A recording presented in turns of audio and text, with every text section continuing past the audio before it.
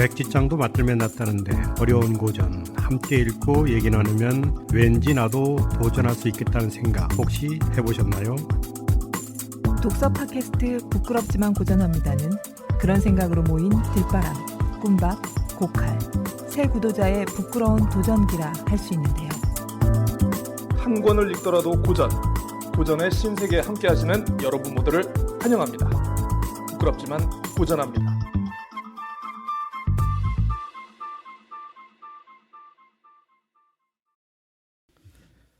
자, 부끄럽지만 고전합니다. 57번째 에피소드 시작하겠습니다.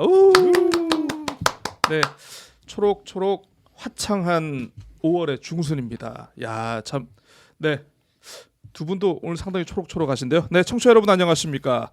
이 부끄러운 사람들의 고전 읽기 북구고전 다시 5월을 맞아서 여러분께 돌아왔습니다. 함께하는 멤버 여러분들 인사를 드려야겠죠. 하늘에 떠 있는 별 같은 존재, 고정불변 자신의 궤도를 걸으면서 어떠한 바람도 다다르지 못하는 그런 절대적 존재. 네, 들바람님 나오셨습니다. 안녕하십니까? 안녕하세요. 아, 책에 있는 대목이에요. 예. 좋아한다. 예. 이거 되게 좋아하시네요, 또. 네. 자, 바다보다는 이분은 조금 더 강에 가까운 분이 아닐까 싶습니다. 그래?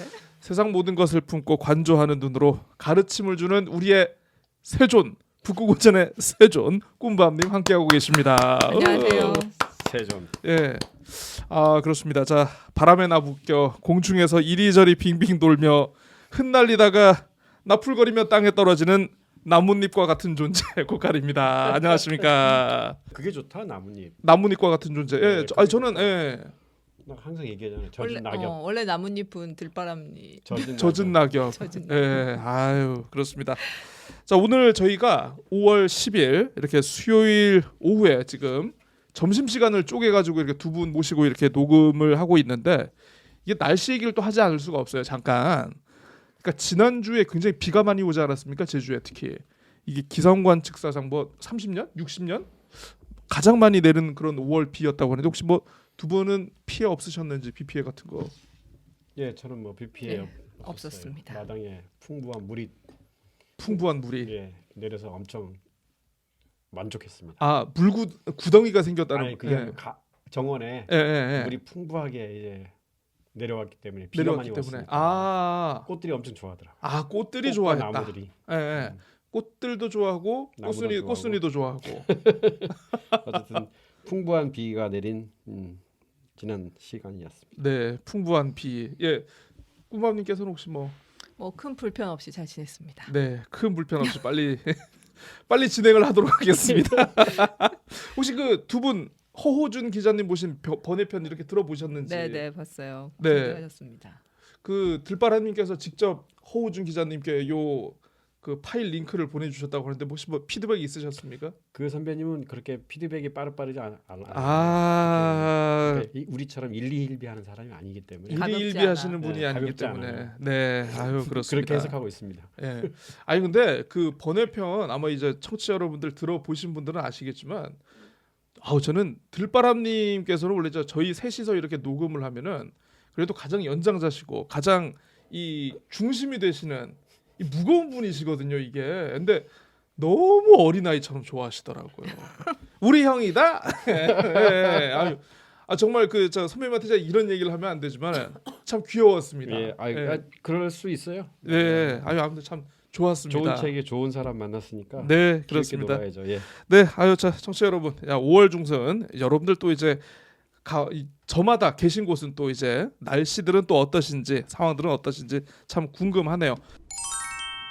본격적인 내용 들어가기 앞서서 아무래도 이제 그 청취자 여러분들 댓글 주신 거 좀 소개를 좀 해드려야 될 것 같은데요. 따루단미님, 네, 처음으로 저희 북구고전 댓글을 주셨습니다.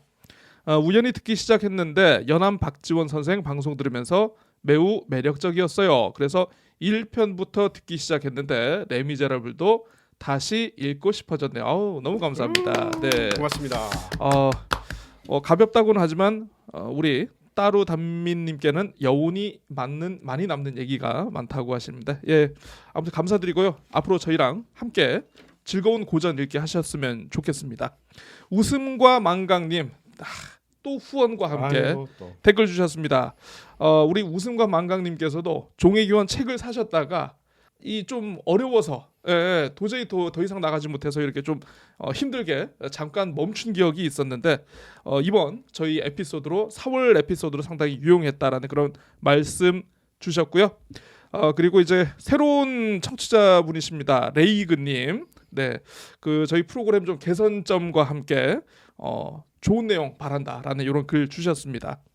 그리고 10738713님. 네, 누군지는 모르겠으나 응원합니다. 네, 간결하게 이렇게 주셨고요. 신디스님 또 역시나 또 댓글 주셨습니다. 예, 그 김민철 작가님의 꽃으로 토지를 읽다 이 책을 출간을 하셨다라고 하네요. 그래서 이 책과 함께 지난번에 망설였던 꽃으로 박완서를 읽다 이렇게 함께 구매를 하셨다라고 하는데 토지의 인물에 대한 뭐 그런 얘기들을 담은 책이라고 하니까 굉장히 연말 방송을 굉장히 지금부터 많이 기대를 하고 계시는 것 같습니다. 들바람님의 유리 온실에 몰래 슬쩍 놓고 오고 싶지만 스토킹의 자질이 없어서 책 구매 자랑만 하고 합니다. 좋습니다. 제가 그 게시판에 주소 적어드리겠습니다. 아무튼 이번 번외편도 굉장히 좋으셨다라는 이렇게 평가를 해주셨고요. 개인적으로도 이제 뭐 4.3에 대해서 사진집 고현주 사진작가님의 사진집 통해서 알게 되셨다라는 그런 글 남겨주셨습니다. 감사합니다. 그 실은 번외편 그 허우준 기자님 그 녹음 전에 제가 이제 사실 질문을 하나 원래 한다라고 이렇게 좀 사전에 말씀을 드렸거든요.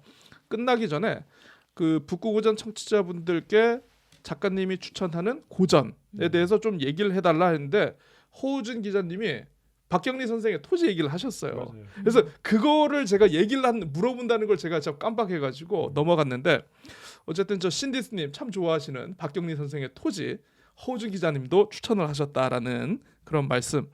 아무튼 청취자분들도 이렇게 열심히 고전에 대해서 생각을 하시고 준비를 하고 계신데 저희도 더욱 분발을 해야겠다라는 그런 또 생각을 해보게 됩니다. 또 참고로 이제 저희 저 북구고전 홍보 좀 하나 말씀을 드리자면요. 저희가 저 유튜브 계정 하나 팠습니다. 네. 오디오 버리고 북구고전이 비디오로 가는 거냐? 이건 아니고요. 저희 오디오 콘텐츠를 그대로 유튜브로 올려놓고 이제 다만 이제 그 팟빵에 아직 이 구독자분들하고 소통할 수 있는 아직 그런 플랫폼이 좀 약간 미비한 게 있기 때문에 뭐 거기에 이제 뭐 게시판 글들도 올려놓고 쇼츠 같은 것도 이렇게 좀 가끔 올려놓으려고 하니까 요게 이제 오디오로 팟빵에서 오디오도 즐기시고 가끔씩 저희 유튜브에서도 저희 쇼츠 올리는 거 한번 확인해 주시면 좋지 않을까 싶습니다. 유튜브 제목이 부끄럽지만 고전합니다. 부끄럽지만 고전합니다. 저희 이름 그대로입니다. 같은 게 있을 수가 없어. 자, 그러면 본격적인 에피소드 한번 시작해 보도록 하겠습니다. 저희가 다음 주까지 다룰 작품 이미 예고해 드렸던 대로 헤르만 헤세의 시타르타 5월 이제 부처님 오신 날이 있는 달을 맞아서 골라봤는데 뭐 문학 작품에 아마 관심 많으신 분들은 아마 이제 헤르만 헤세 하면 이제 뭐 데미안 그리고 이제 뭐 수레바퀴 아래서 다들 읽어 보셨을 것 같은데 여러분들은 혹시 두 분은 혹시 헤르만 헤세 어떻게 이렇게 접해봤다? 헤르만 헤세와의 첫 조우 뭐 이런 거 좀 기억나시는 거 있습니까? 중학교 때 만화책으로 데미안가를 읽었던 거고 고등학교 때 데미안과 수레바퀴 밑으로를 읽었는데 학교에 반항할 수 있는 근거를 제시한 책이다. 학교에 반항할 수 있는 근거를 제시한 책이다. 반항을 하셨습니까? 그러니까 이제 학교란 게 그런 존재구나라는 것을 알게 해준 그런 책들이죠. 학교란 곳은 이렇게 구조적으로 문제가 있는 곳이다. 있는 곳인가를 아주 객관적으로 설명해주고 했던 책. 기억에 아주 많이 남는 책이죠. 수레바퀴 아래서 데미안. 그렇습니다. 그때부터 좀 약간 구체제 저항하는 그런 건 아니고 좀 진보적인 마인드가 이렇게 좀 아니 그런 건 아니고 어쨌든 그런 건 아닙니까? 네, 그런 건 아니고 그 후에도 유리알 유희라는 책을 읽었던 기억이 나는데 유리알 유희. 그때 상당히 어렵게 읽었던 기억이 나고 지금 기억이 잘 안 나요. 어떤 내용이었는지 기억이 안 나요. 어떤 헤르만 헤세는 청소년기에 많이 접하고 음. 저도 한번 읽었던 책들인 건 확실합니다. 그러니까 저는 이제 데미안 하나만 뭐 예전에 한번 얼핏 음. 좀 겉멋에 들어가지고 읽어봤던 것 같은데 무슨 내용인지 기억이 안 나다가 그 알까기 그 알까기 하나만 기억납니다. 알까기. 알까기하고 그저 좀 약간 그 저 불량한 친구들 네. 요거만 기억이 나고 그리고 이제 데미안과 그 부인의 상당히 좀 약간 이상한 오묘한 하여튼 얘기를 하셨잖아요. 오늘 작품도 하여튼이 많이 나옵니다. 자, 그렇습니다. 자, 본격적으로 한번 들어가 볼 텐데요. 자, 그럼 먼저 이 작가 헤르만 헤세에 대해서 우리 꿈밤님께서 이 범상치 않은 성장 과정에 대해서 한번 소개를 해주시겠습니다. 아까 얘기한처럼 데미안 수레바퀴 밑에서 뭐 학급 도서로 저는 처음 만났었거든요. 예. 학급 도서로? 중학교 때 학급 도서에 수레바퀴 밑에서라는 게 있었어요. 아하. 되게 재미없을 것 같다라고 네. 생각하면서 읽었던 기억이 있었는데 뭐 재미있게 읽었던 것 같습니다. 그래서 대부분은 다 뭐 이름들은 뭐 저희가 뭐 행밍웨이 이런 유명한 작가들 많이 했었는데 뭐 마찬가지로 다 들어본 적이 있는 그런 분일 겁니다. 노벨 문학상도 수상을 했고 그래서 저희한테는 좀 친숙한 작가이기도 해요. 일단 1877년에 독일에서 태어났습니다. 독일의 독일. 작은 도시에서 출생을 했는데 개신교 선교사인 아버지와 신학자 가문의 어머니 사이에서 큰아들로 태어났어요. 예. 외할아버지가 굉장히 유명한 신학자였는데 인도에서 포교 활동을 오래 했고 그래서 뭐 인도의 책이라든지 뭐 유물 이런 것들도 많이 가지고 있었던 것 같아요. 그래서 어렸을 때부터 헤르만 헤세가 이 외할아버지로부터 많은 영향을 받았다고 합니다. 그래서 뭐 인도에서 가져온 책들도 많이 읽기도 했고 그리고 그런 가치관, 그다음 할아버지의 경험 이런 것들이 헤세에 많은 영향을 끼쳤고 그것이 이제 뭐 시타르타라든지 이런 작품 세계에도 영향을 끼친 걸로 보이고 있습니다. 헤세도 처음에는 이제 아버지를 따라서 선교사를 되려고 했어요. 그래서 신학교에 입학을 했는데 이 신학교의 이제 규율이나 이런 게 워낙 엄격하고 아하. 기숙사 생활을 견뎌내지 못해서 탈출을 합니다. 탈출을 나와서 이제 뭐 자살을 시도하기도 하고 많이 좀 방황을 했던 것 같아요. 그래서 뭐 정신병원에 입원한 시절도 있었고 이런 경험들이 나중에 작품들에 다 영향을 끼치기는 하죠. 그 이후에도 학교에 들어가긴 했어요. 근데 얼마 안 돼서 다시 퇴학을 하고 서점의 견습 점원으로 들어가서 이때 처음으로 이제 낭만주의 문학에 좀 심취하게 됐고 뭐 시계공으로도 일했다고 하는데 그러면서 이제 문학 수업들을 받기 시작하면서 첫 시집인 낭만적인 노래를 출판을 하게 됩니다. 이때 이제 릴케한테 굉장히 인정을 받았다고 해요. 아하. 그러면서 이제 문단에서도 주목을 받는 계기가 됐다고 합니다. 근데 이제 실제적으로 이제 헤르만 헤세가 이제 유명해진 것은 이제 장편 소설 장편. 페터 카멘치트라는 장편 소설로 이제 유명세를 얻게 되면서 이제 문단에서도 어느 정도 이제 입지를 갖게 되었고 이 첫 장편 소설을 출판한 해에 이제 9살 연상의 피아니스트와 결혼을 오호. 하고 스위스로 이주를 하게 됩니다. 예. 그리고 이제 결혼 후에 헤세가 좀 개인적인 삶에서 많은 위기들을 맞게 돼요. 그래서 뭐 인도 여행을 하게 되면서 동양에 대해서 안 그래도 관심이 있던 것들을 더 키우게 됐고 1차 세계 대전을 겪으면서 어떤 약간 전쟁에 대한 어떤 혐오감, 야만성 이런 거에 좀 많이 생각들을 갖게 됐고 그 당시에 이제 약간 극단적인 애국주의 이런 것들이 좀 팽배했었는데 아하, 그런 거에 예, 동조하지 그렇죠. 않았다는 이유로 이제 문학계 공격들을 받게 됐고요. 배신자. 네, 아버지의 죽음, 그다음 또 사랑한 아내의 정신병, 그다음 본인도 이제 병들이 있었고 이런 것 때문에 가정 생활이 굉장히 힘들었다고 해요. 그러면서 이제 나를 찾는 것을 어떤 삶의 목표로 내면에 집중하는 그러한 성향들을 갖게 됐고 그러한 유의 작품들을 계속 발표를 하게 됐다고 합니다. 예. 그러면서 뭐 그 사이에 이제 뭐 그림이나 음악가에도 이제 관심을 갖게 됐고요. 그래서 이러한 어떤 헤세의 경험이나 사상들이 이제 뭐 수레바퀴 밑에서라든지 데미안, 시타르타 이런 것들에 이제 작품에 영향을 주게 됐고 유리알 유히로 1943년에 이제 노벨 문학상을 수상을 하게 되고 이제 부인과 이혼하면서 스위스 국적을 취득을 하게 돼요. 스위스 국적을 취득하게 되고 결국 사망도 스위스에서 뇌출혈로 세상을 뜨게 됩니다. 네, 아무튼 이렇게 굉장히 파란만장한 좀 뭔가 범상치는 않은 그런 삶이었네요. 예. 마음의 상처와 고통, 대인관계, 어떤 그 기존 질서를 순응하지 못하는, 그러니까 적응하지 못하는 그 어떤 그 갈등, 내적인 갈등, 이것 때문에 굉장히 고통을 많이 받았던 것 같은데 어쨌든 그렇게 극복을 하셨네요. 네.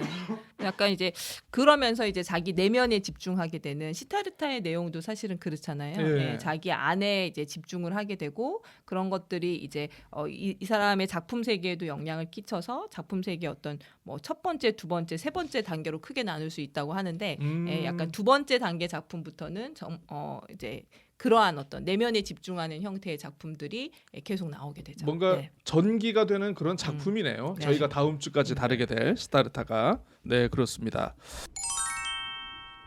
자, 그러면 들바람님께서 독일에서 태어나서 나중에 스위스인이 된 우리의 세계적 소설가 헤르만 헤세의 작품 세계에 대해서 다시 한번 좀 짚어주시겠습니다. 작품 세계를 우리가 제가 문화 평가가 아니기 때문에 뭐 자세히는 못하지만 크게 나누면 이제 아까 말씀하신 대로 세 단계 볼 수 있죠. 처음에는 이제 낭만주의 시라든가 이런 걸 많이 썼기 때문에 처음에 자기의 작품의 시작은 낭만적인 글쓰기 이렇게 볼 수가 있고, 두 번째는 이제 그 데미안과 같은 이렇게 수레바퀴 밑에서 이런 작품들처럼 어떤 틀에 박힌 체제에서 벗어나고 싶어하는 욕망, 그리고 그걸 스스로 그 내면을 지켜보기 시작하는 그런 단계가 오게 되고요. 그다음에 우리가 오늘 하게 된 시타르타는 이제 45살에 발표된 건데 그야말로 스스로 내면의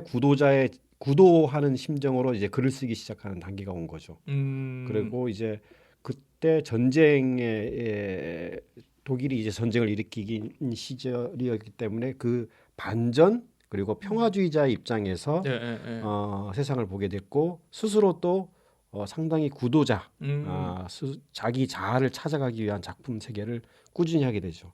그 스스로의 작품을 그렇게 찾아가다 보니까 최근에 우리 저 주변에서 보니까 헤르만 헤세가 자기 스스로에게 이제 스스로를 극복하거나 스스로를 찾는 그런 글들을 많이 냈나 봐요. 썼나 봐요. 그래서 그런 글들만을 찾아내서 헤르만 헤세의 글을 읽거나 나누는 그런 모임들도 있더라고요. 그런 모임도 있습니까? 그래서 그의 글들이 상당히 그 자기 자신을 찾는 내면의 그 치유라든가 내면의 자유라든가 이런 그런 것들을 많이 하는데, 오늘 작품에도 그렇지만 세상에 그 우리 내면에 갖고 있는 양극적인 생각들, 그러니까 선과 악, 그리고 뭐 모순적인 삶들, 이런 것들을 극복하기 위한 작품들이 많이 있죠.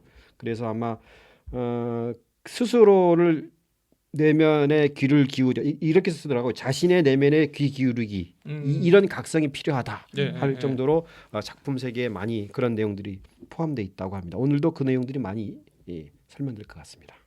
네, 그렇습니다. 자, 이렇게 들바람님께서 이제 작품 세계에 대해서 이렇게 또 얘기를 해주셨는데요.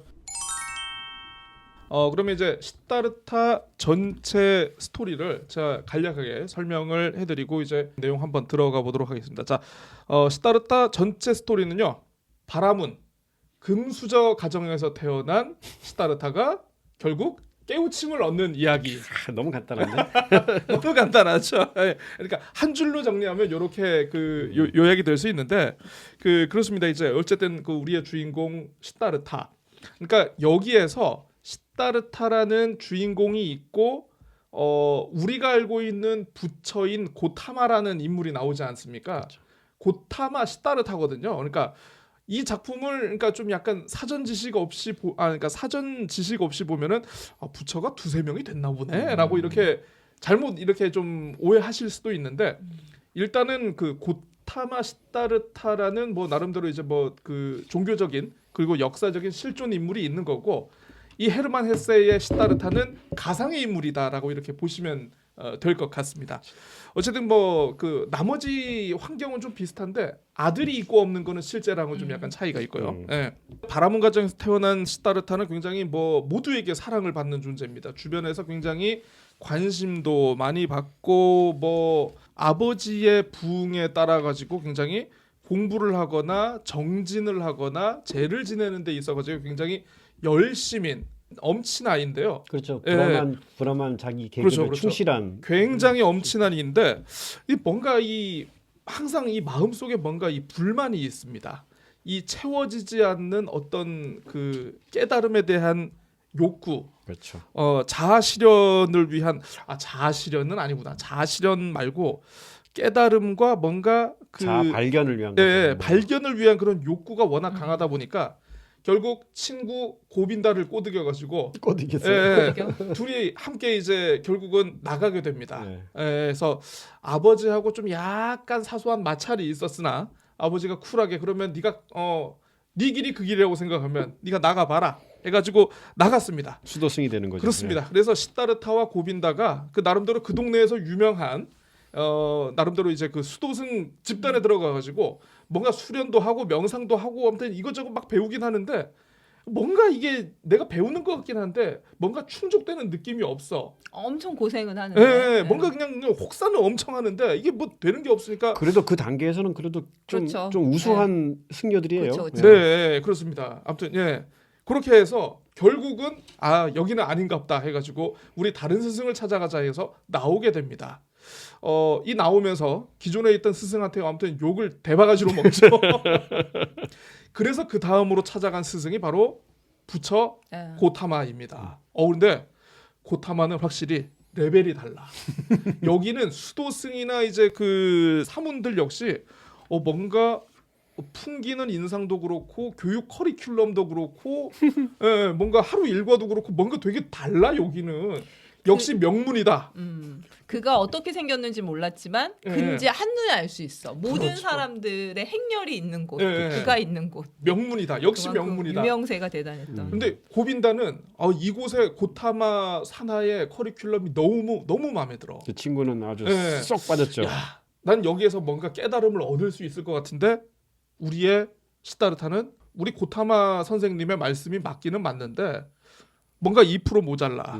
자신의 깨달음은 뭔가 2% 아니었던 모자라. 거죠. 예, 그래서 우리 선생님하고 얘기를 했는데 선생님 맞짱을 뜨죠.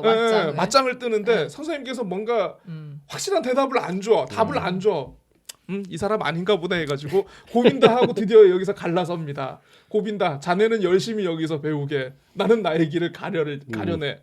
자, 그런데 그 다음에 가는 게 희한하게 뭔가 구도를 위해서 나름대로 혼자 수련을 하거나 뭔가 명상을 하거나 이럴 줄 알았는데 속세로 들어갑니다. 그렇죠. 속세의 한 속세로 들어가. 그러니까 저는 개인적으로 약간 속세에 들어가는 이 부분이 좀 뭔가 개연성이 떨어진다라고 좀 느끼기는 했습니다만은 아무튼 속세에서 이따 인물 얘기할 때 얘기를 하겠습니다만은 되게 좋아하네. 벌써 흥분해 있어 지금. 속세 얘기하니까 엄청 좋아해. 속세 좋지 않나요? 좋아요. 자, 속세에서 드디어 이제 다양한 여인들을 만납니다. 다양한 여인들을 만나는데 그 중에서도 기녀, 카말라와의 만남, 그리고 이제 상인들과의 세속적인 사람들과의 만남이 이루어집니다.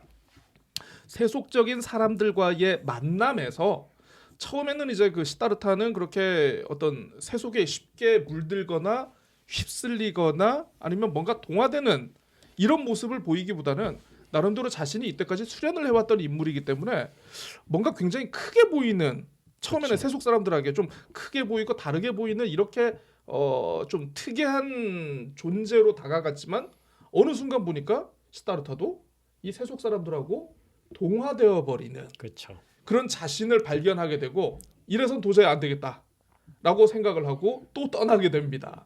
네, 그러니까 떠나는 거 참 잘해요. 이따가 인물 얘기할 때 하겠습니다만은 이분이 아마 오늘날 이런 분이 있었다면 아마 배드 파더즈의 이름이 올라가지 않았을까. 네, 그냥 웃자고 하는 얘기였고요.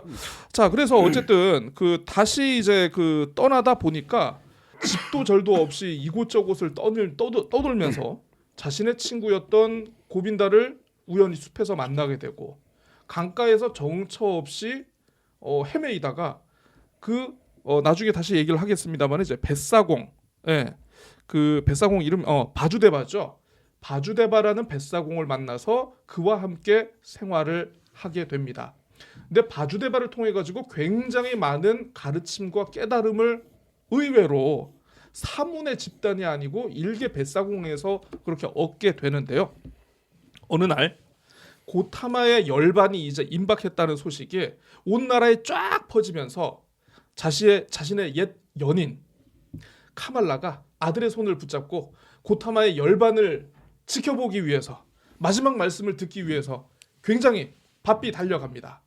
하지만 이 과정에서 그 카말라가 그 독사의 뱀에 물려가지고 이렇게 죽는 그런 사건이 발생하려는데 이 과정을 어떻게 또 이제 시다르타가 개입해서 들어가게 돼서 카말라와는 마지막 만남을 그리고 자신의 아들과는 첫 만남을 하게 되는 그런 상황이 발생하게 됩니다. 자, 그래서 이제 그 아내 카말라가 이제 먼저 이렇게 죽고 아들을 맡아가지고 생활을 하게 되는데 아들이 도저히 이 시다르타의 어떤 가르침이라든가 생활 방식에 녹아들지를 않죠. 부잣집 외동아들이라고 가지고 예. 버릇이 아주 그 안 이거 좋아요. 뭐 어떻게 할 수 없는. 그동안 예. 다 해줬는데 그렇죠. 지금의 아빠는 나를 하나도 안 도와줘. 그래서 이제 먹을 것도 아들이 결국 바주데바와 시다르타가 가지고 있는 그 집에 그 몇 푼 안 되는 이 돈을 가지고 튀죠. 런어웨이를 합니다. 예. 아니 그러면 보통 이제 우리 같으면 아 그래 아들아 너는 너의 길을 가려무나라고 했을 것 같은데 굳이 또 아들을 찾겠다고 또 나서네 또. 예. 근데 아들을 찾겠다고 나서지만 그 나선 길에서 또 깨달음을 얻게 되죠. 여기서 드디어 그 비틀즈의 레리비가 나옵니다. 바주데바가 레리비를 부르죠. 레리비 그냥 놔둬라 자꾸 그렇게 아빠 찾아 네가 아들이라고 찾아가지 말고. 예. 처음에는 이제 그 말에 대해서 받아들이지 못하다가 나중에 아들을 결국 보내주는 게 맞구나라고 시다르타는 그렇게 생각을 하고 혼자 강물과 여러 가지 뱃사공을 하면서 굉장히 나름대로의 명상과 철학과 수련을 통해 가지고 경지에 이르게 됩니다. 깨달음을 찾죠. 마지막에 이 책의 챕터의 마지막이 고빈다지 않습니까? 친구와의 마지막 만남. 마지막 만남에서 고빈다의 눈을 통해서 바라본 시다르타의 열반. 깨달음의 순간. 깨달음. 해탈. 예, 해탈과 이제 그 깨달음을 끝으로 이 소설은 그렇게 마무리되게 됩니다. 야, 헤르만 헤세가 45살에 조금 길었죠. 45살에 그 자기 자신을 찾아가는 그 어려운 그 과정을 문학적으로 그 완성시킨 이 시다르타라는 책을 오늘 우리 고칼님께서 만화책처럼 만화책처럼 아주 심플하게 제가 너무 좀 약간 비약과 좀 약간 요런 게 좀 있었죠. 아주 유쾌하게 들을 수 있는. 좀 때로는 그 스토리텔링을 위해서 가끔 이렇게 좀 단순화하는 작업이 좀 필요합니다. 그래서 그 여러분 그 제 말을 너무 액면 그대로 믿으시면 안 되고요. 제가 가끔 이제 그 책에 좀 길게 나온 표현이나 이런 거를 제가 굉장히 조금 나름대로 재미있게 말씀드리려고 구도의 그 과정을 말이야 아주 심플하게 소개하네. 아니 그러니까 저 스토리 자체는 네, 맞습니다. 뭐 그런 스토리인데 틀린 과정은 아니야. 틀린 말은 하나도 없어요. 다 스토리는 심플해요. 그렇게 근데 이 갔어요. 보면은 이제 근데 왜 이렇게 가볍게 들리지? 그런가요? 제가 해서 그런가 이게. 그렇습니다. 아무튼 그렇게 가벼운 내용은 아니었고 가벼운 내용은 아니에요. 문장 하나 보면은 그래도 여러분 혹시 그 책 어디 거 보셨어요? 저는 더 스토리 책을 사서 봤는데요. 더 스토리. 예, 요거는 이제 그 1922년 오리지널 초판본 표지 디자인이 했다고 해서 저는 그런 거에 좀 혹하거든요. 요런 빈티지에 또 약한 빈티지 하니까 요런 좀 초판본 뭐 표지 디자인 뭐 이런 거에 좀 혹하기 때문에 그걸 하나 읽었습니다. 표지 디자인 하나만 바꿔도 좀 더 많은 책을 아니 의도해서 이 출판사는 아마 이렇게 했겠죠. 꿈밤님은 혹시 어디 거 보셨어요? 문예 출판사. 문예 출판사. 저는 그 미능사 거 봤거든요. 요번 거 좀 어떻게 보면 굉장히 좀 번역이 좀 좋아가지고 재밌게 잘 읽었습니다.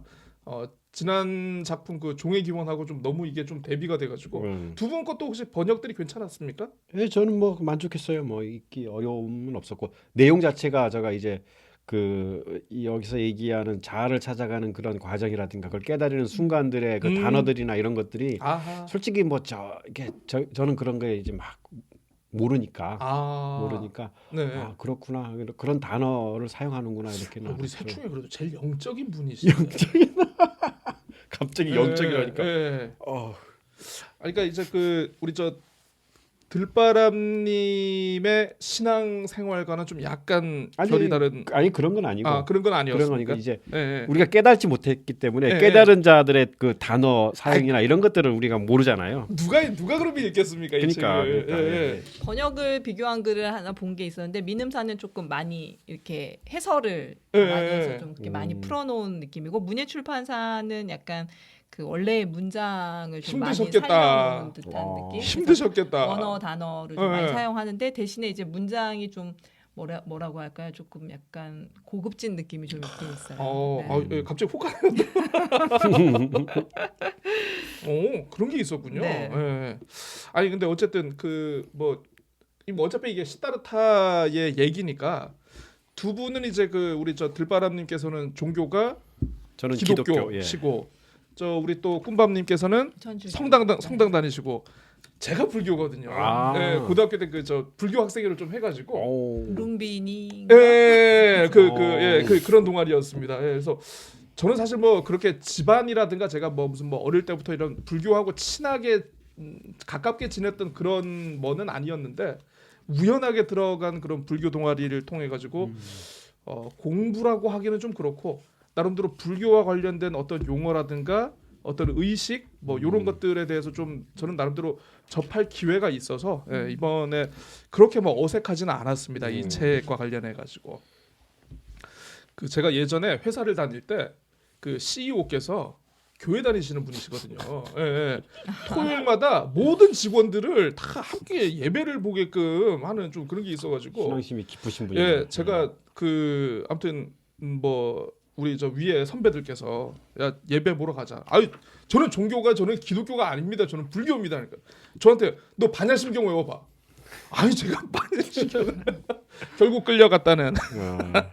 근데 저 이제 요 앞부분 헤르만 헤세가 이제 그 할아버지로부터 외할아버지로부터 여러 가지 그 종교적 이 가문은 원래 기독교 집안이었는데 인도의 그 선교를 위해서 하는 과정에서 인도학, 인도의 철학, 인도의 종교 관련된 서적을 많이 알게 되고 맞아요. 그걸 바탕으로 자기의 그 어떤 세계관을 이렇게 구축해가는 걸 그런 과정을 헤르만 헤세의 과정을 봤을 때 경건주의자 집안임에도 불구하고 타 종교에 대해서 상당히 깊이 있게 접근하고 오히려 이 문학 전체는 아마 그런 쪽으로 더 해석을 하는 거 보고 저는 상당히 좀 다르게 읽었습니다. 왜냐하면 우리가 이제 오해하면 기독교의 근본주의는 대체로 이제 타 종교에 대해서 이게 전파의 대상 그러니까 개종의 대상으로만 보게 되는데 포교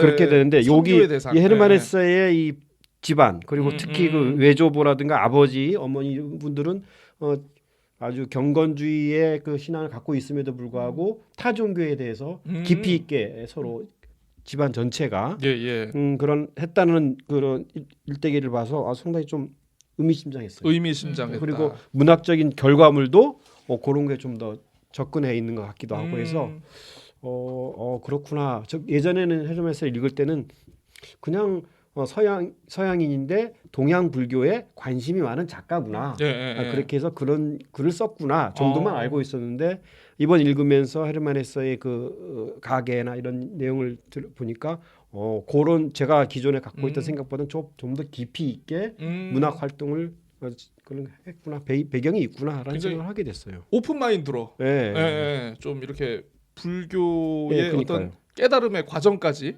본인이 또 직접 체험까지 해가면서. 그러니까요. 한 20대 때는 그 스리랑카라든가 그런 직접 갔다 왔다 그러니까 그런 배경이 있구나라는 걸 알게 됐어요. 일단 이 소설은 사실은 이제 시타르타가 제목이기 때문에 이제 시타르타 석가모니의 이야기이긴 하지만 사실은 그 이야기를 그대로 가져온 건 아니고 사실은 소재만 삼은 거고 스토리라든지 그리고 이야기하고자 하는 바도 조금은 좀 다른 부분들이 있다고 봐야겠죠.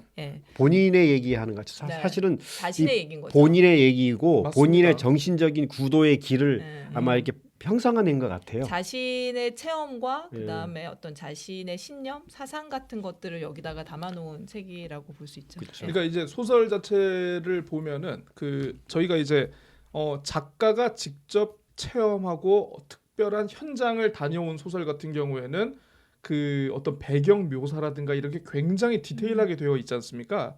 근데 이제 아무래도 이 시다르타 같은 경우에는 어떤 인물이라든가 분위기라든가 이런 걸 상상 속에서 작가가 모든 거를 그 세트를 다 만들어야 되다 보니까 좀 약간 그런 데에 대한 어떤 묘사라든가 이런 디테일은 좀 약간 떨어지는 일반적인 게 소설은 있습니다. 아니죠. 예. 일반적인 소설은 아니죠. 하지만 이제 그 불교에 대한 관심이나 조예는 굉장히 깊었던 것 같기는 해요. 그러니까 석가모니의 일대기와 네. 여기에 일대기가 비슷하면서도 좀 다른 측면들도 있고 예. 등장하는 인물들도 음. 석가모니와 관련된 인물들이 차용돼서 나오는 경우들도 있고 뭐 그래서 아무튼 관심이나 이런 깊이는 굉장히 깊었던 것 같습니다. 네, 그렇습니다. 자, 그럼 본격적으로 이번 1부에서는 등장 인물에 대해서 한번 좀 얘기를 해볼까 하는데요. 일단은 등장 인물이 몇 명 없어서 참 좋다. 그리고 선이 굵어. 예, 예. 자, 일단은 뭐 시다르타 얘기를 먼저 해보지 않을 수가 없는데 그 초반에도 아까 말씀은 드렸습니다만은 실제 시다르타의 이야기가 아니고 이름만 따온 시다르타 그쵸. 아니겠습니까? 예, 예. 일부 설정은 그 고타마 시다르타 실제 부처와 좀 약간 비슷하게, 그러니까 뭐 그 귀족 계급 출신이라는 점, 그렇죠. 요런 것들은 좀 비슷하게 둔 것 같습니다. 시다르타 여러 번 자신의 가르침의 터전을 옮기는 것으로 이 책에서는 굉장히 유명하지 않습니까? 그렇죠. 구도의 길을 계속 걷는 거죠. 늘 사실은. 목마른 자. 예. 예, 자기를 찾아서 평생을 떠난 사람. 그렇습니다. 그렇죠. 어릴 때부터 굉장히 영적이고 예. 욕망을 통제도 잘하는 듯하지만 세속에서는 좀 약간 무너지는 어쩔 수 없는 인간이구나 싶기도 하면서 그렇죠. 무너지죠. 예. 주관도 굉장히 뚜렷하고 한편으로 보면 이제 주변 사람을 별로 배려하지 않는, 네, 떠나고 싶으면 떠나는 그런 사기캐, 네, 사기캐가 아닐까 싶습니다. 영혼이 자유로운 사람이죠. 영혼이 자유로운 사람이 자유로운 좋게 보시네요. 예, 또. 그렇죠. 그러니까 사기캐라는 거는 현실에서 조음처럼 눈 씻고 못 찾아봤다. 예. 그래. 여러분들 주변에 또 이런 분들이 계실까 모르겠습니다. 그 소설 첫 문장이 이겁니다. 집의 응달에서 나룻배들이 떠 있는 강가 양지 바른 곳에서 사라수 그늘에서 무화과 나무 그늘에서 바라문의 아름다운 아들이자 젊은 매인 시다르타는 역시 바라문의 아들인 친구 고빈다와 함께 자라났다. 이렇게 돼 있고 모두의 사랑과 모두의 기대, 모두의 즐거움을 한 몸에 왔고 또 그 원천이 됐지만 스스로는 늘 목마른 존재였던 것 같습니다. 혹시 어떻게 보셨습니까? 두 분 뭐 좀 이 시다르타와 관련해 가지고. 그 시다르타는 사실을 이제 뭐 계속 반복해서 말씀드리지만 헤르만 헤세 스스로의 내면의 자아를 형성하는 것처럼 보여요. 그리고 예. 자기 스스로 이 세상의 구도자로서 뭔가를 채워지지 않는 어떤 진리 그런 걸 찾기 위해서 꾸준히 노력하는 사람 예. 그런 사람이고 또 그걸 찾기 위해서 온갖 그 방황을 하게 되죠. 영혼의 방랑에서부터 육체적인 방황까지 예. 다 방황을 하게 되고 뭐 결론적으로는 이제 그 스스로 뭔가 자유를 찾게 되는 거죠. 예. 아무튼 결론적으로는 도달하였다. 도달하였다라고 볼 수 있는 거죠. 네, 이거 어떻게 보면은 우리가 사실 이 책을 읽기 첫 페이지를 넘겼을 때 이미 결론은 이미 나 있는 것 아니었겠습니까? 그렇죠. 시다르타라는 그 예, 제목 자체가 제목 자체가 이미 이 주인공 자체가 깨달음과 해탈의 과정에 정점에 올라서는 게 이미 예견돼 있는 그런 상황이었던 것 같은데 혹시 뭐 중간 과정에서라든가 뭐 혹시 스토리 중에 좀 인상 깊었던 부분이라든가 좀 이렇게 얘기해볼 만한 대목 혹시 있으신지? 저는 사실 그 누구죠? 그 기녀 카말라. 예. 카말라와의 관계 그리고 카말라가 시다르타를 처음에 접했을 때의 광경이 제일 인상 깊었어요. 왜냐하면 이제 시다르타가 이제 카말라를 거의 거지 상태에서 처음 이제 카말라를 보죠. 눈부신 상태에서 그리고는 접근하다가 이제 퇴짜를 맞고 그리고는 카말라가 이렇게 얘기하죠. 나에게 이 집 오는 사람은 아주 옷을 잘 입거나 아주 잘 준비되고 반짝반짝 빛나야 이곳에 올 수 있는데 당신은 아니다 이렇게 얘기하니까 그래 그럼 내가 반짝반짝 빛나게 해서 올게 해가지고 이제 다른 데 가서 이제 돈을 많이 벌어서 이제 시작하죠. 이런 게 아주 그 평범해 보이지만은 네. 뭐라 그러죠? 이것도 하나의 구도의 과정처럼 설명해낸 게 구도의 과정처럼. 처럼 설명해낸 게 좀 인상 깊었어요. 사실은 구도의 과정이기는 하죠. 그러니까 네. 시타르타는 약간 의지의 사나이 같은 느낌인데 네, 그렇잖아요. 네. 일단 이제 한다면 한다. 일단 브라만이라는 거에 주목을 해야 돼요. 먹고 살만하기 때문에 아하. 예, 또 다른 갈증을 느끼는 거예요. 당장 이제 먹고 살기가 힘든데 어떻게 이제 나의 자아는 이 그니까. 시대에 먹고 사는 게 어. 힘든 시대에 일단 먹고 살만한 사람이고 그다음에 이제 지식적인 배경들이 있기 때문에 뭔가 이 갈증을 계속 느끼는 거야. 나를 찾아야 된다. 나를 나를 찾아야 만나야 된다. 된다. 네. 뭐 이렇게 하면서 하다가 이제 이걸로는 안 되겠어. 나는 이제 수행을 하고 고행을 모든 걸 다 버리고 속세를 떠나서 고행을 해야겠다라고 해서 사문의 집단에 들어가잖아요. 엄청 고행하면서 하는데 거기서도 이제 1등이야. 얘는 1등이야. 거기서도 굉장히 뛰어남을 드러내는데 그래도 안 되겠어라고 생각해서 소문을 들어보니 굉장히 유명한 스승이 있다네라고 그러니까. 해서 갔는데 거기서도 굉장히 이제 심지가 굳은 사람이에요. 저기를 따라다니면서 설법을 전파한다고 해서 내가 깨달을 수 있을까? 네, 그러면서 그렇죠. 이제 그러니까. 깨달음은 내 스스로 얻어야 되는 거야. 라고 자기의 하면서 깨달음을 찾는 거죠. 떠나게 되는 거잖아요. 보통은 그런 권위에 눌려가지고 그런 생각을 가지고 있어도 못 얘기할 때가 많지 않습니까? 네, 그렇죠. 예. 그래서 맞짱을 뜨고 갔는데 여기서 이제 약간 놀라웠던 건 뭐냐면 지금까지 이 사람의 행보를 보면 너무나 그 아름다운 그 카말라를 봤을 때도 흔들리지 말았어야 되는 거잖아요. 근데 이제 바로 흔들리는 거에서 뭐냐? 뭐 이렇게 뭐지 저 사람 이런 거죠. 그래서 흔들리고 그 사람이 나를 만나려면 돈도 있어야 되고 선물도 많이 주고 얘기하네 하니까니 이제 또 이제 의지의 사나이가 그러면 어떻게 해야 되지? 바로 실행력을 보이고 추진력 있게 가가지고 상인한테 가가지고 돈을 버내요. 그래서 이제 카말라를 손에 넣죠. 예, 그래서 카말라의 가장 사랑하는 남자, 내가 가장 사랑하는 여인으로서 그게 굉장히 아름다운 또 이렇게 하게 되고 거기서도 굉장히 열심히 해요. 이 사람은 어디서든 다 일타야. 그러니까. 예. 예, 예. 가지고 아우. 굉장히 열심히 해서 그런 어떤 향락과 쾌락과 이런 이런 사기캐. 것도 아주 그냥 극단에서 그냥 팍 빠져서 지내다가 돈도 엄청 많이 벌고. 이 사람은 그 도하님은 모은 거지 중간이 없어. 아주 미쳐서 지내다가 이거는 또 아니네. 내가 저는 지금, 카말라가 저를 받아들이지 않았으면요, 저는 그냥 빨래터로 갔습니다. 그리고 이제 빨래터에서 또 저를 가게 되죠. 꼬시는 사람이 있었어. 예, 그때 그 넘어가 줬어야지 그거를. 그래서 깨달음을 얻게 되는 과정이 이제 뭔가 중간 정도 해서는 절대 얻을 수 없고 어떤 단계에서는 거의 극도의 상태로 최선을 맞습니다. 다해서 단계를 거치면서 이제 깨달음으로 가는 의지의 사나이. 그 있잖아요. 이루어졌습니다. 우리 책 제목이 생각나는데 미쳐야 미친다라는 미쳐야 책에 미친다. 맞아요. 여기 항상 미쳐 있는. 항상 어떤 거 이게 이제 구도의 길이 사실은 엄청난 집착의 길을 계속 갔던 거죠, 사실. 맞아요. 브라만에서부터 자기 집안에서도 어릴 때부터도 그렇게 최고의 교육을 받으면서 성장했고 또 수도승의 길을 가는 것도 엄청난 내가 득도해야 돼라는 그 집착에 쌓여가지고 계속 가는 거죠. 득도 여기도 잘 안 되네. 돈도 많이 벌어야 돼. 나의 쾌락도 끝까지 가보는 거야. 라고 이제 이런 입장으로 계속 가다가 절정기에서 이제 떨어지게 시작되고 떨어지는 순간에 어디를 가냐면 강가에서 자연으로 가죠. 뱃사공을 만나죠. 네.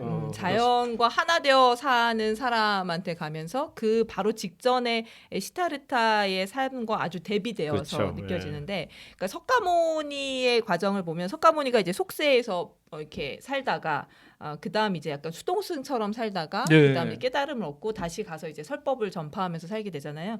근데 거기랑 약간 다른 게 이 사람은 이제 고행 수도승의 생활을 하다가 다시 속세로 가는 좀 그렇죠. 다른 단계를 밟게 되는데, 그러면서 이 속세에서의 어떤 활락과 어떤 욕망 그리고 뭐 어떤 그 재물에 대한 욕심 이러한 것들과의 어떤 대비를 더더욱 극명하게 하는, 그래서 어떤 깨달음의 단계에 어떤 감동 뭐 이런 것들을 조금 더 배가시키는 역할을 한 것 같다는 생각이 들었어요. 예. 대단한 네. 사람이에요, 시타르타.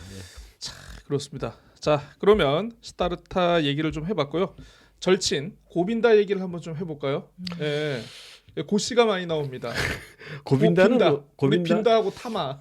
고빈다는 오히려 약간 그 보통 사람? 보통 사람인데 착한 사람 같아요. 약간 모범생 같은 네, 모범생. 느낌? 약간 네. 엘리트 네. 철저하게 예, 규칙에 있는 그 예, 틀을 모범생. 크게 벗어나지 않는 음. 예, 예, 예. 그렇죠. 예, 그래서 이제 그 가정에서도 열심히 생활을 했고 가장 자기가 좋아하고 존경하는 친구를 따라서 수도승에 생활을 가서 거기서도 또 되게 열심히 하다가 되게 유명한 스승이 있다고 해서 갔더니 또 거기 얘기를 듣고 거기서 또 되게 열심히 예. 근데 아쉬운 거는 자기는 이제 어느 정도 구도의 길에 이제 가는데 항상 2등이야. 아. 그치. 1등이 되려면 시타르타는 항상 1등이고 틀을 깨야 돼. 자기는 2등이야. 2등이야. 마지막에 보면 이제 시타르타랑 대화를 나누면서도 그렇습니다. 그 대화를 보면은 상당히 좀 처연해. 약간 아. 읽는 사람이 조금 짠해요. 아 구도의 깨달음도 약간 2등이 된 듯한 사람. 조금 짠한 사람 같아. 예, 근데 뭐 착한 사람인데. 저도 그 생각을 많이 했습니다. 사실 그 고민다를 보면서 왠지 전두환 옆에 있는 노태우를 보는 것 같은 그런 느낌. 근데 이제 고빈다의 느낌은 약간 제가 모범생 같다고 했잖아요. 또 컴플렉스는 별로 없는 사람인 것 같아. 아유, 왜냐하면 예, 맨 구김살이 마지막에 없어. 예, 이제 맨 마지막에 시타르타를 다시 만났을 때 이 사람 앞에 이제 경건하게 절을 하잖아요. 이 사람이 완성자로서 이 사람 완성자. 그러니까 아우, 좋다. 고빈다와의 만남을 통해서 시타르타가 깨달음에 얻은 것이 드러났고 그리고 고빈다가 그 앞에서 경건하게 절을 함으로써 이 사람이 어떤 완성자 깨달은 자로서의 그림을 딱 정확하게 만들어주는 거잖아요. 그래서 이 사람은 사실은 자기도 이제 굉장히 그 유명한 그 예. 스승, 그러니까 석가모니를 따라다니면서 이제 깨달음 큰 하는 스님, 과정들을 큰 스님이 된 그다음 거죠. 존경을 되게 그쵸, 받았단 그쵸. 말이야. 그 예. 무리에서는. 그런데도 불구하고 자기보다 깨달음을 얻은 자 그것이 친구인데도 불구하고 또 이게 정확하게 인정하고 그거에 대해서 경외감을 표현하는 뭐 굉장히 교과서적으로 모범생 같고 뭐 이렇게 인성적으로도 나빠 보이지 그렇죠. 않는 네. 뭐 그런 느낌으로 아주 저는 큰 스님 느꼈어요. 우리가 생각하는 그런 굉장히 스님인 뭐 거죠. 친구이지만 뭐 시타르타를 질투하거나 시기하거나 이런 거 없이 그냥 사랑하고 존경하는 예, 그런 아주 바람직한 친구인데 그 마지막 부분에 이제 그 완성자로서 이 고빈다 앞에 나타난 시타르타에게 이걸 물어보죠. 이제 그 고빈다 같은 경우는 야, 그 누구를 만나서 어떻게 깨달음을 얻었는가, 어떤 경전을 받는가라는 걸 이렇게 물어보는 거 보고 아, 고빈다의 깨달음은 뭔가 도구론적, 어떤 수단론적, 방법론적 이런 세계관에 좀 고빈다가 매몰된 반면에 우리 저 시타르타는 좀 약간 그런 겁니다. 원래 공부는 혼자 하는 거야.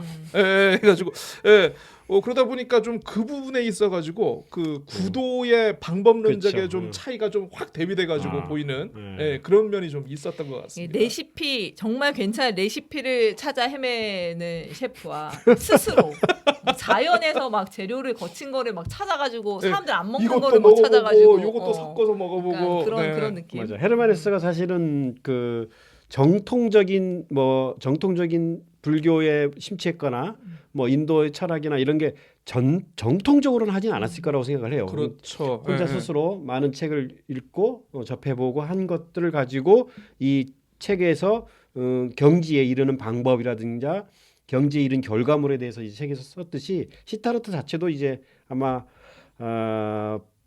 헤르만 헤세가 고민했던 것은 그런 거라 그러더라고요. 양극성. 그러니까 사람이 옳은 것도 있고 그런 거 선악이 우리 내면에 있잖아요. 그런 걸 이제 어떻게 극복할 것인가를 고민했는데 아마 그런 내용들이 이 고빈다를 통해서 아니면 또 자기를 통해서 이렇게 막 융합되고 나오는 것 같아요. 예. 근데 그 불교에 보면은요, 예. 그 삼귀의라고 해가지고 그 불교 그러니까 뭐 예를 들어서 이제 신자들이 믿고 따르는 거에 있어가지고 세 개 대상이 있는데 첫째가 부처. 둘째가 경전, 세 번째가 스님이라고 합니다. 그래서 그래서 고빈다도 이미 그 레벨이면 상당한 레벨로 그쵸, 올라왔다. 그쵸. 이렇게 볼 수 있을 것 같습니다. 자, 그다음에 이제 이 세상 존귀한 인물 세존, 네, 우리 저 고타마님 한번 보도록 하겠습니다. 네, 카말라와 정말 이 격정적인 사랑을 치르고 난 다음에 고타마에 대해서 이렇게 얘기를 하죠. 나는 모든 학자와 사문들 가운데 많은 사람을 알고 많은 사람을 만나봤는데 완성자, 그 고타마라는 완성자를 잊을 수가 없다라고 이렇게 얘기를 합니다. 그래서 제가 그 시타르타와 고타마와의 첫 조우, 음. 첫 대면 부분을 한번 낭독해 보도록 하겠습니다. 시다르타는 그를 보았다. 그리고 마치 어떤 한 신이 가리켜 주기라도 한 것처럼 곧바로 그를 알아보았다. 시다르타는 그의 모습을 탁발 그릇을 손에 든 채 누런 법복을 걸치고 조용히 걸어가는 겸허한 인간의 모습을 보았다. 저길 봐. 시다르타가 고빈다에게 나지막하게 말하였다. 저기 저분이 바로 부처님이셔. 고빈다는 누런 법복을 걸친 그 승려를 주의 깊게 쳐다보았다. 다른 수백 명의 승려들과 별로 다른 점이 없어 보였다. 그러나 곧 고빈다도 바로 그가 부처라는 것을 알아챘다. 그리고 그들은 그를 따라가며 그를 주의 깊게 관찰했다. 부처는 겸허한 태도로 생각에 잠긴 채 발걸음을 옮기고 있었다. 그의 고요한 얼굴은 즐겁지도 슬프지도 않아 보였으며 내면을 향해 그윽한 미소를 흘려보내는 것 같았다. 마음속에 감추고 있어 눈에 띄지 않는 그런 미소를 머금고 사뿐사뿐 유유히 튼튼한 어린아이와 다르지 않은 모습으로 부처는 발걸음을 옮기고 있었다. 이게 세 사람의 첫 조우군요. 세 사람의 네. 첫 조우. 네. 좀 있으면 아무튼 저 혹시 두 분이 한 분 저 그 시다르타와 고타마의 이 설전, 맞짱 뜨는 네, 거. 맞짱 뜨는 모습을 한번 좀 해주시지 않겠습니까? 시다르타는 생각에 잠겨 홀로 숲속을 거닐었다. 그런데 거기서 세존 고타마와 맞닥뜨렸다. 그는 경외심을 품고서 세존에게 인사를 했다. 붓다의 눈빛에는 자비심과 평온함이 가득했다. 젊은이는 용기를 내어 존귀한 분께 이야기를 하도록 허락해달라고 간청했다. 세존은 승낙의 표시로 묵묵히 고개를 끄덕였다. 시다르타가 말했다. 오 세존이시여, 어제 저는 당신의 훌륭한 가르침을 들을 기회를 가졌습니다. 저는 제 친구들과 함께 그 가르침을 듣기 위해 먼 곳에서 왔습니다. 이제 제 친구는 세존의 곁에 머물게 될 것입니다. 그는 세존께 귀의했습니다. 하지만 저는 새로이 순례 여행을 시작할 것입니다. 그대의 좋을 대로 하시오. 세존이 정중하게 말했다. 제 말이 너무 주제 넘을지도 모르겠습니다. 시다르타는 계속해서 이야기했다. 하지만 저는 세존께 제 생각을 솔직하게 알려드리지 않고서는 떠나고 싶지 않습니다. 존귀하신 분이시여, 잠시만 제 말을 들어주시겠습니까? 당신께서는 붓다라는 것을, 당신께서는 목표에 도달하시었다는 것을, 그 숱한 브라만과 브라만의 아들들이 도달하고자 하는 최고의 목표에 도달하시었다는 것을 저는 한순간도 의심한 적이 없습니다. 당신께서는 죽음에서 해탈하는 방법을 터득하셨습니다. 그것은 당신의 독자적인 구도를 통하여 이루어졌습니다. 명상을 통하여, 참선을 통하여, 인식을 통하여, 각성을 통하여 당신 자신의 독자적인 길을 걷는 가운데 이루어진 것입니다. 그것은 설법을 통하여 이루어진 것이 아닙니다.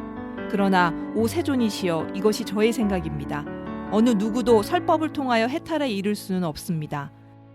오 세존이시여, 세존께서는 당신 자신의 깨달음의 순간에 일어난 일을 언어와 가르침으로써 어느 누구에게도 일러주고 전달할 수는 없을 것입니다. 오 브라만의 아들이여, 그대가 가르침을 듣고 그대가 그것에 대해 그렇게 깊이 생각했다니 훌륭하십니다. 그대는 그 가르침 속에서 하나의 틈새를, 하나의 결함을 발견했습니다. 계속해서 그 점에 대해 숙고하시기 바랍니다. 하지만 지식을 열망하는 자여, 풀숲에서 무성한 의견들을 주의하고 언쟁을 주의하십시오. 이런저런 의견들은 조금도 중요하지 않습니다. 그것들은 아름다울 수도 추할 수도 있으며 현명하거나 어리석을 수도 있습니다. 누구라도 그 의견을 지지할 수도 있고 배척할 수도 있습니다. 하지만 그대가 내게 들은 가르침은 의견이 아닙니다. 그 가르침의 목표는 지식을 열망하는 자에게 세상을 설명하는 것이 아닙니다. 그것의 목표는 다른 것입니다. 바로 번뇌로부터 해탈입니다. 고타마가 가르치는 것은 바로 이것이지 다른 것이 아닙니다.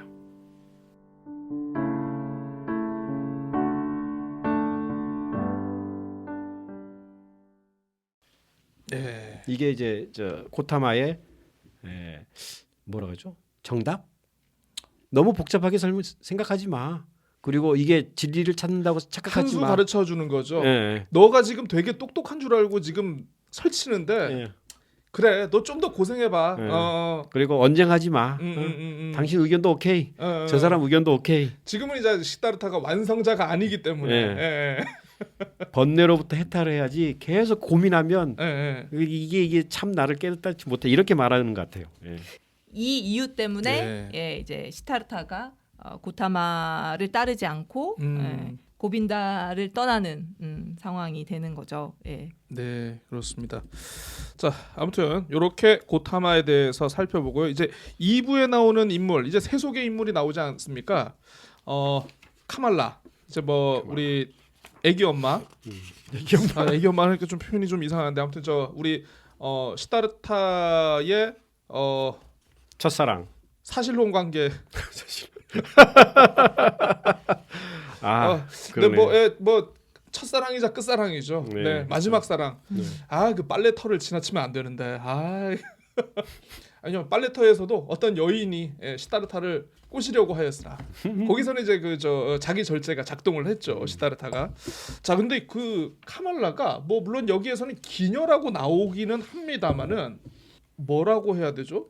그 우리가 흔히 알고 있는 우리가 일반적으로 생각하는 그런 기녀의 이미지라기보다는 어떨 때는 이제 애인 같기도 하고 누나 같기도 하고 때론 시다르타의 엄마와도 같기도 한 좀 약간 그런 모습으로 그려지는 게 저는 좀 약간 신기했다라는 그런 생각을 합니다. 그러니까 실제로 시다르타에게 많은 가르침을 주는 또 하나의 스승이 아닌가 싶다라는 세속과 쾌락과 세속의 삶을 시작할 때 처음 만난 쾌락.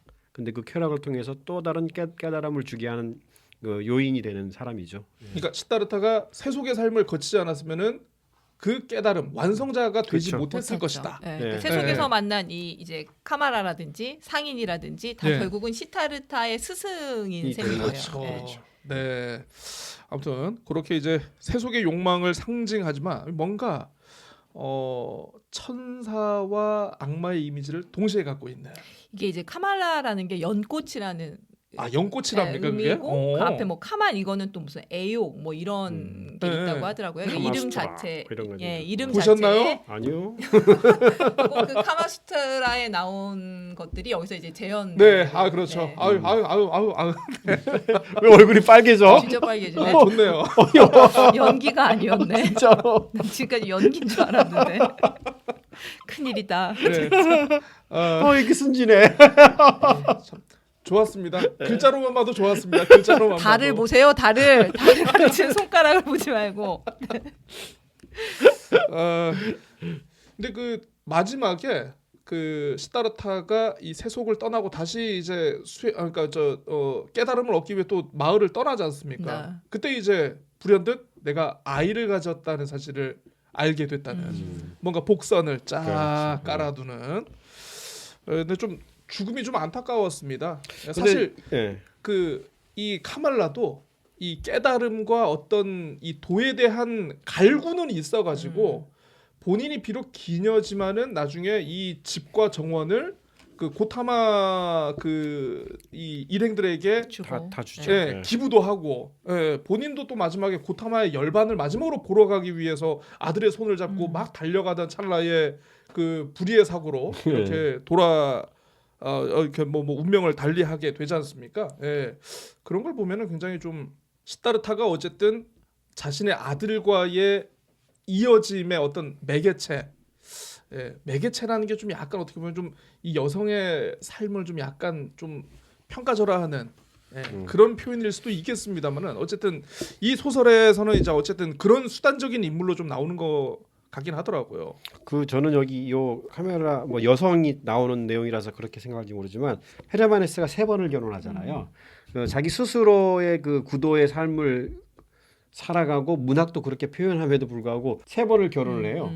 저는 좀 신기했어요. 솔직히 저는 우리의 동양적인 생각에는 조금 아이러니가 있는 것 같기도 하고 헤르만헤스도 이제 문학적으로도 그렇고 삶도 그렇고 이제 욕망을 최대한 억제하고 세속의 삶으로부터 자기 자신을 찾아가는 그런 것들을 갈구를 하는 사람인데 이 책에서도 이 여성과 실화를 통해서 애도 낳게 하고 네. 소설에서 애도 낳게 하고 애 때문에 또 자기의 부도에게 해서 걸림돌이 되잖아. 애가 가장 큰 번뇌를 맡게 되죠. 번뇌를 네. 맡게 되죠. 이 일을 어떻게 해야 되느냐. 음. 도대체 말도 안 들어. 이건 자기 스스로 자기 스스로 자기를 깨달는 거는 스스로 하면 되는데 얘는 말을 안 들어. 그리고 완전히 중구난방이고 천반지축이고. 고난이도의 그러니까 그걸 해결하지 못하잖아요, 사실은. 아, 그리고 보내잖아요. 너기를 가거라. 네, 아유, 아무튼 뭐 그렇습니다. 카말라하고는 그렇게 될. 어쨌든 카말라와 헤어지면서 새로운 또 자신의 인연 아들. 뭐 아들 이름이 그냥 시다르타죠. 네. 뭐 역시 자식이기는 부모가 없다라고 하지 않습니까? 그냥 여기서 아주 그냥 좀 아들 자체가 좀 약간 폐륜적으로 이렇게 묘사가 되고는 있는데 그도 그럴 것이 이제 뭐 나름대로 이제 아들에 대한 배경 지식. 애가 요렇게 뭐 오냐오냐 자라서 뭐 애가 뭐 나름대로 이제 뭐 어떤 가족에 대한 어떤 그리움, 뭐 여러 결핍, 뭐 이런 것들을 충분히 우리가 예상을 해볼 수가 있지 어릴 않습니까? 때 자기 모습 아니었을까요? 아니, 유리알 모든 유리알 사람에게 유리알. 모든 사람에게 엄친- 사랑을 받는. 엄친한데? 예. 유리알 아니 저기 요 헤르만 헤세 어릴 때 헤르만 헤세의 어릴 때. 자기 어릴 때 왜냐하면 애가 이 사람도 그럴 수 있겠네요. 학교에 보냈더니 14살에 학교 때려쳐. 그리고는 잡아서 너 좀 잘해라 이거 좀 해라 해가지고 했더니 또 그 김나즘에서 또 나가. 그리고는 우리 집안은 말이야 대대로 신학인데 너는 갑자기 어디 시계공을 한다든지 그러네. 그런 게 있잖아요. 스스로를 본 거죠. 헤르메네스가 어머니랑 사이가 굉장히 안 좋았었다고 하더라고요. 그러니까 종교적인 어떤 신념을 되게 강요하고 그랬겠죠. 그다음에 이제 신학 그 가문이었기 때문에 어떤 굉장히 엄격한 이제 뭐 생활 양식이라든지 이런 것들 때문에 갈등이 되게 심했다고 하더라고요. 그래서 여기서 보면 이제 시타르타가 그 아들 시타르타에게 크게 훈육을 하지 않아요. 그냥 하는 대로 그냥 놔두죠. 두게 하죠. 약간 자기의 희망사항이었나. 나도 이렇게 좀 해주지. 내가 그랬으면 내가 얼마나 더 잘 나갔을까. 빨리 그냥 마음 잡고 내가 그냥 열심히 글을 썼겠지. 예. 그런 면도 있지 않았을까라는 생각을 해봐요. 예, 그렇습니다. 그런데 이제 이 아들 얘기가 나오면서 그 우리의 그 뱃사공 그 바주데바가 이렇게 옆에서 충고를 하면서 또 나오는 게 있지 않습니까? 니네 아버지가 당신한테 어떻게 했는지 한번 생각을 해보라고. 그래서 굉장히 시타르타의 아버지는 처음에 출가를 한다는 통보를 아버지가 받았을 때 처음에는 굉장히 완고하게 대화도 안 반대했죠. 하려고 했고 네. 반대를 하려고 했는데 결국 믿고 모든 것을 맡기지 않습니까? 뭐 이게 자식 이기는 부모 네, 없다. 뭐 그러니까. 이런 거였죠, 사실. 그러니까 차라리 그런 걸 보면은 아버지로서의 어떤 그 역할, 판단은 시타르타의 아버지가 한 수 더 위였던 것 같기도 하다. 이런 생각도 좀 듭니다.